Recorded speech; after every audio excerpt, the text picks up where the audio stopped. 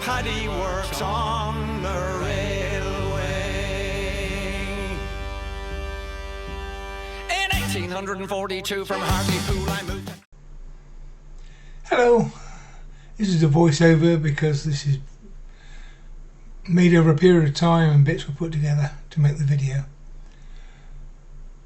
We were having a discussion about lacquering, and Brian and I decided that we wanted a separate way of turning our wood at about 80 RPM, but didn't want to buy a brand new lathe for this.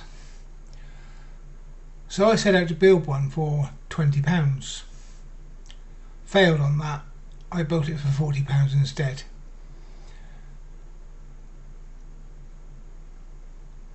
This was a few bits off of eBay and some bits around the workshop which I haven't costed in.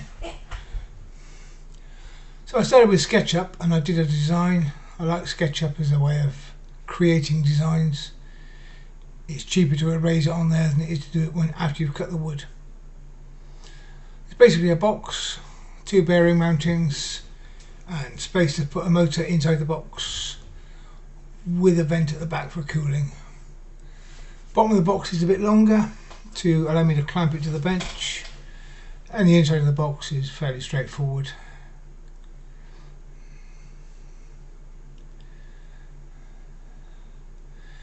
All of this is 12mm ply I was using because that's what I had. 18mm might have been better, but 12mm is quite handy. It's about 6 inches across and about 8 inches long. As I said, the baseboard's a bit longer. So I just ripped it all out. Lots and lots of panels the same, so stacked them up on one on top of the other and cut one line to make sure they're all the right size.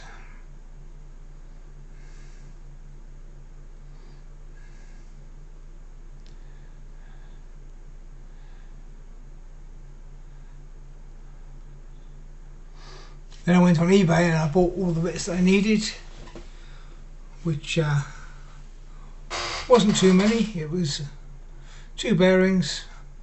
I used house bearings because that's easier to attach to ply.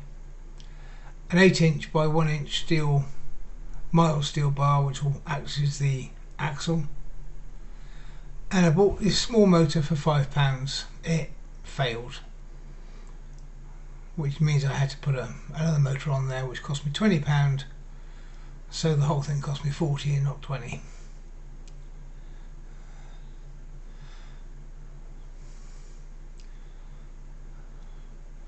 I'm ahead of the captions here. Yeah, it's a 240 volt motor. I am in the UK, so that's why that's the voltage I used, but whatever is appropriate to you.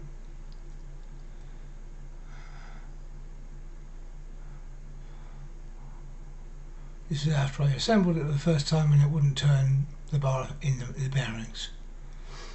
So I bought this one. It's a 28 watt motor. I'll put a list into the one I bought down below in the comments. But something along those lines. 80 RPM, which is what we wanted. And I drilled a hole in each end of the axle. The motor's got a split pin going through it, so I shall drill down through the bar as well. And I'm screwing the chuck body onto a backing plate, so I've put a thread in the other end. And these are 15mm holes. I didn't want 15mm bolts, I haven't got any. So I made some bushes, simple enough. Just made an 8mm hole, which is the size bolt I did have, and then turned the outside down to 15 and then cut them to fit.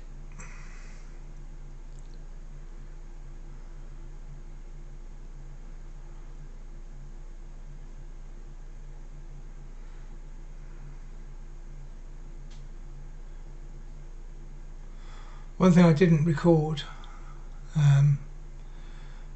when I drilled the holes to mount the bearings, I did that by clamping the 2 pieces of wood together and doing both at the same time, hopefully to keep everything in line.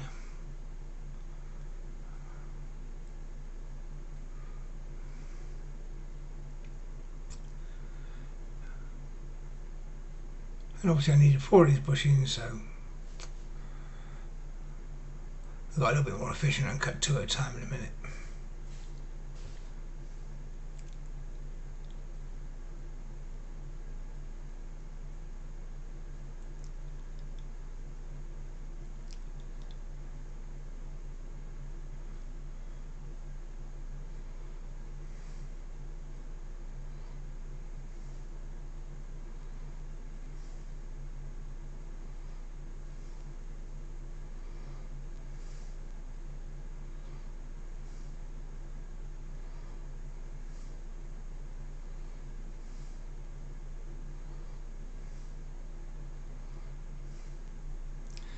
So the bushes are in, the bearings are screwed onto the inside of that piece of wood there, and the same at the back. The shaft is pushed through.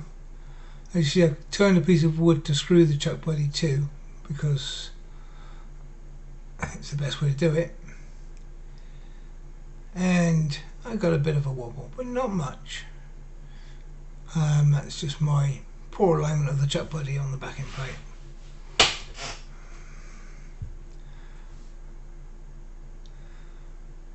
So now I've got it running at 80 RPM. I can put it down the far end of the workshop. It's clamped to my workbench and won't go anywhere. And the motor isn't powerful, but if you start it spinning by hand, just put it towards you as you turn the switch, then it'll handle pretty big bowls. Because once it's moving, it's moving.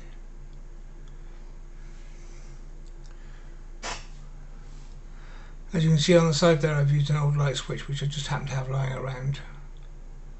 And that's it. If you like this, bang a thumbs up. If you make a copy of it, let me know in the comments. And if yours is better than mine, let me know how you made it. Thanks for watching. Like I said, stick the thumbs up, subscribe if you're not subscribed, and I'll see you on the next one. Cheers for now.